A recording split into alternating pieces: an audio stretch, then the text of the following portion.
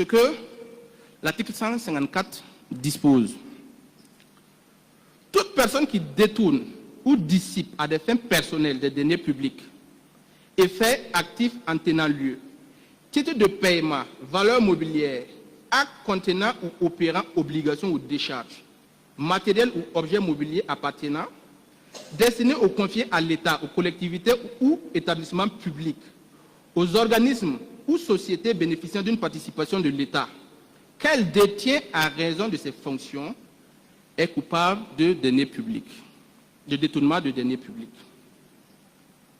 Si la valeur du détournement est inférieure ou égale à 1 million, la peine est un emprisonnement de 1 à 5 ans et une amende de 300 000 à 1 million.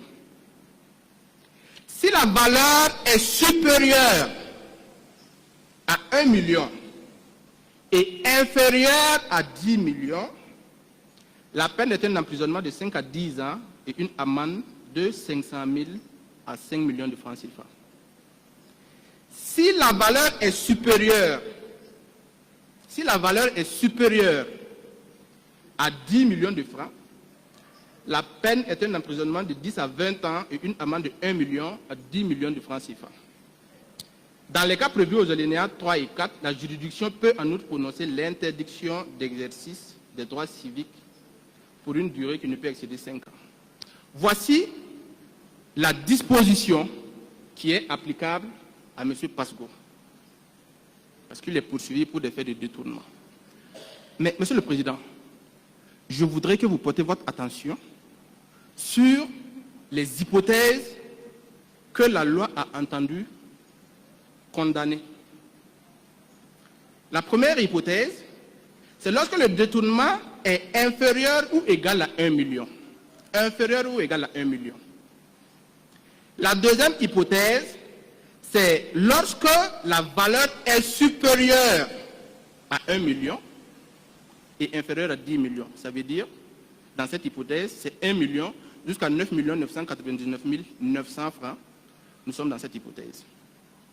Et la troisième hypothèse, si la valeur est supérieure à 10 millions, ça veut dire à partir de 10 millions, 1 franc, on tombe dans cette hypothèse. Mais, vous conviendrez avec moi qu'en aucun cas, la loi n'a parlé de 10 millions. Elle n'a dit nulle part que si le détournement porte sur un montant supérieur à 1 million ou peut-être inférieur ou égal à 10 millions. Elle n'a jamais dit ça. Elle a fait toutes les hypothèses sans prendre en compte l'hypothèse d'une personne qui aurait détourné 10 millions. Monsieur le Président, il y a un vide juridique pour ce qui concerne l'infraction reprochée à mon client. Ce n'est pas moi qui le dis.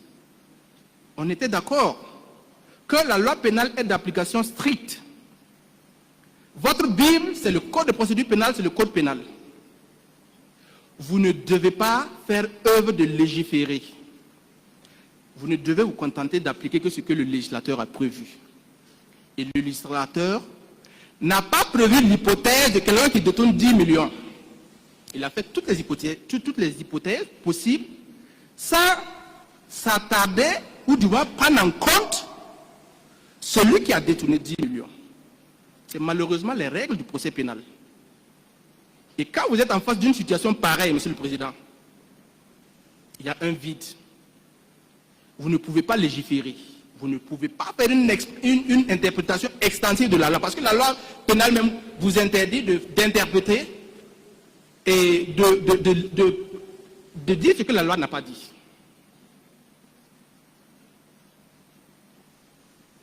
Donc, Monsieur le Président, sur l'effet de détournement de deniers publics, nous estimons purement et simplement qu'il n'y a pas d'infraction.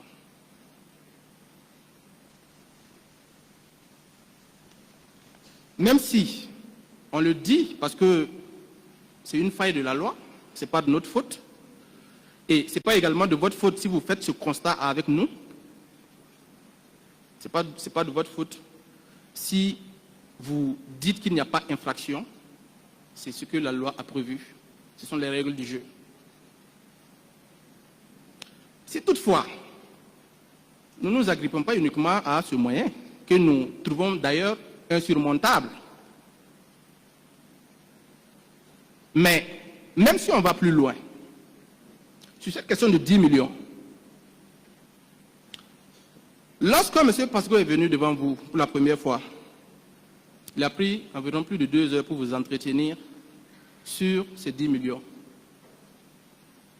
Et je voudrais simplement vous rappeler que ces 10 millions ont été pris le 25 avril 2017. Ça veut dire moins d'un mois après qu'il soit arrivé au ministère. Il a tenté de vous expliquer ici ce pourquoi les 10 millions ont été pris. Il a dit que c'est rentré dans le fonctionnement du service public. Rappelez-vous, M. Ramiba est venu dire ici que, à un moment donné, il y avait des plaintes. Des plaintes parce que ceux qui prenaient les bons ne retrouvaient pas les stations plouf. Ils préféraient prendre la liquidité. Il vous a dit que face à ces situations-là, M. Pasco l'a demandé de référer ces différentes plaintes-là à son niveau. M. Pasco l'a dit, et M. Ramiba l'a dit. Mme Bala est venue reconnaître qu'effectivement, elle ne dispose que 10 stations dans tout le Burkina, alors que les missions du ministère, c'est partout au Burkina, ce n'est pas dans 10 localités.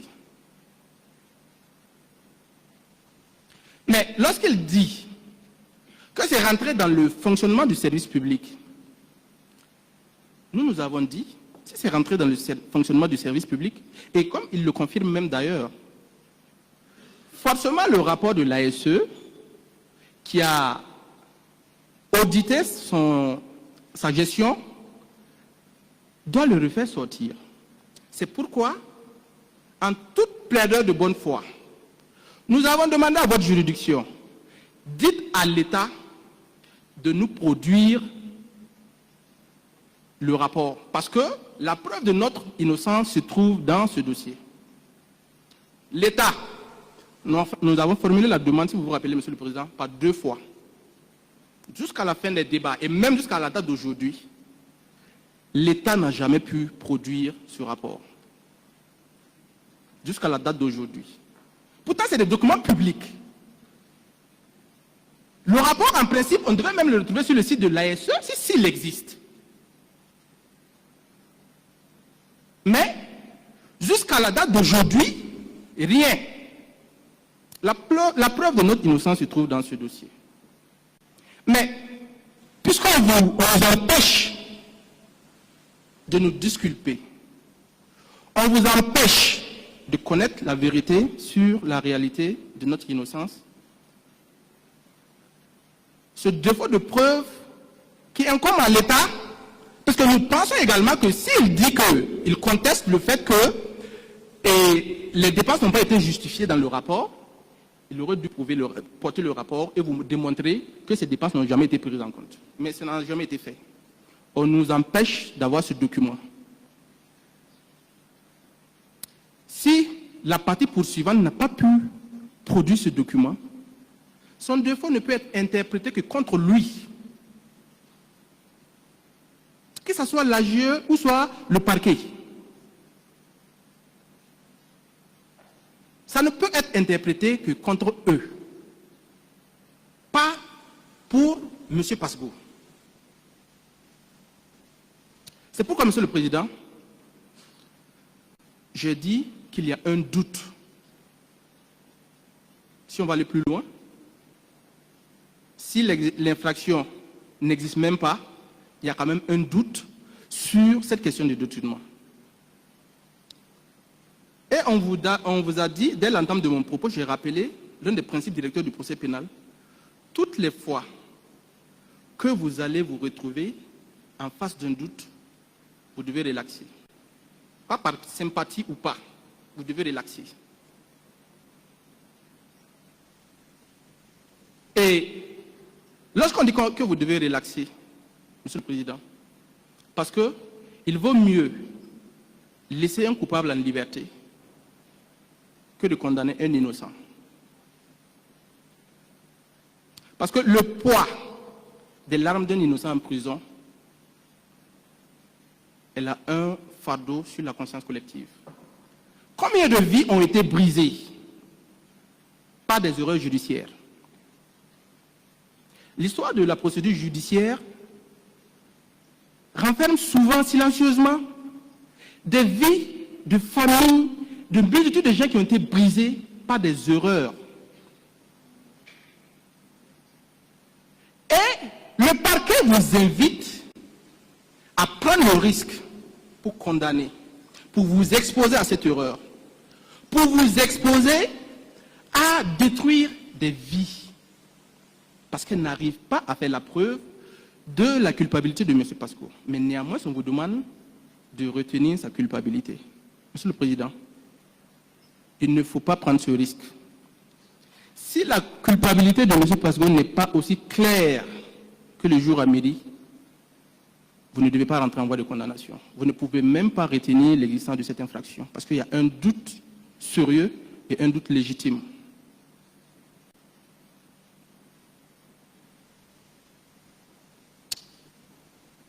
Monsieur le Président, pour aller plus loin, c'est sur l'effet de blanchiment de capitaux. Une fois de plus, par honnêteté, le parquet a abandonné la poursuite sur cette infraction à l'issue des débats qui vous ont éclairé. Malheureusement, l'AGE n'a pas compris. L'AGE est allé néanmoins sur la constitution éventuelle de cette infraction. Monsieur le Président, Messieurs les membres du tribunal, l'infraction de blanchiment de capitaux n'est pas un fourre-tout. Ce n'est pas parce que quelqu'un aurait volé de l'argent ou détourné de l'argent qu'il y a forcément blanchiment. La loi pénale a prévu d'autres mécanismes même dans ces hypothèses. C'est tout sauf du blanchiment. Blanchir de l'argent, ce n'est pas le fait de connaître l'origine frauduleuse d'une somme d'argent et la détenir ou bien l'utiliser. Si c'était le cas, tous les voleurs, même les voleurs de 10 000, 15 000, seront poursuivis pour des faits de blanchiment. Lorsqu'on dit que le blanchiment, c'est une infraction sous-jacente, pas que ça. C'est vrai. Il tire son caractère infractionnel d'une autre infraction. Mais pour le caractériser, il faut démontrer que ces faits, les sommes reçues dans le cas de la première infraction ont été utilisées pour dissimuler ou reconvertir. Et justement, c'est là que tout le monde se bute apparemment, la reconversion. Reconvertir l'argent, ce n'est pas voler 300 000, aller dépenser 300 000 dans la boutique. Non. La reconversion consiste, si on peut le permettre, le fait de prendre l'argent, de l'employer dans une activité qui, de toute apparence, est légale. Et les montants qui en seront issus, on peut le justifier amplement parce qu'il y a une activité que je mène. C'est ça le blanchiment de capitaux. C'est l'opération de blanchiment qu'on tente de vous expliquer. Et c'est pourquoi d'ailleurs, on a prévu des mécanismes d'enquête.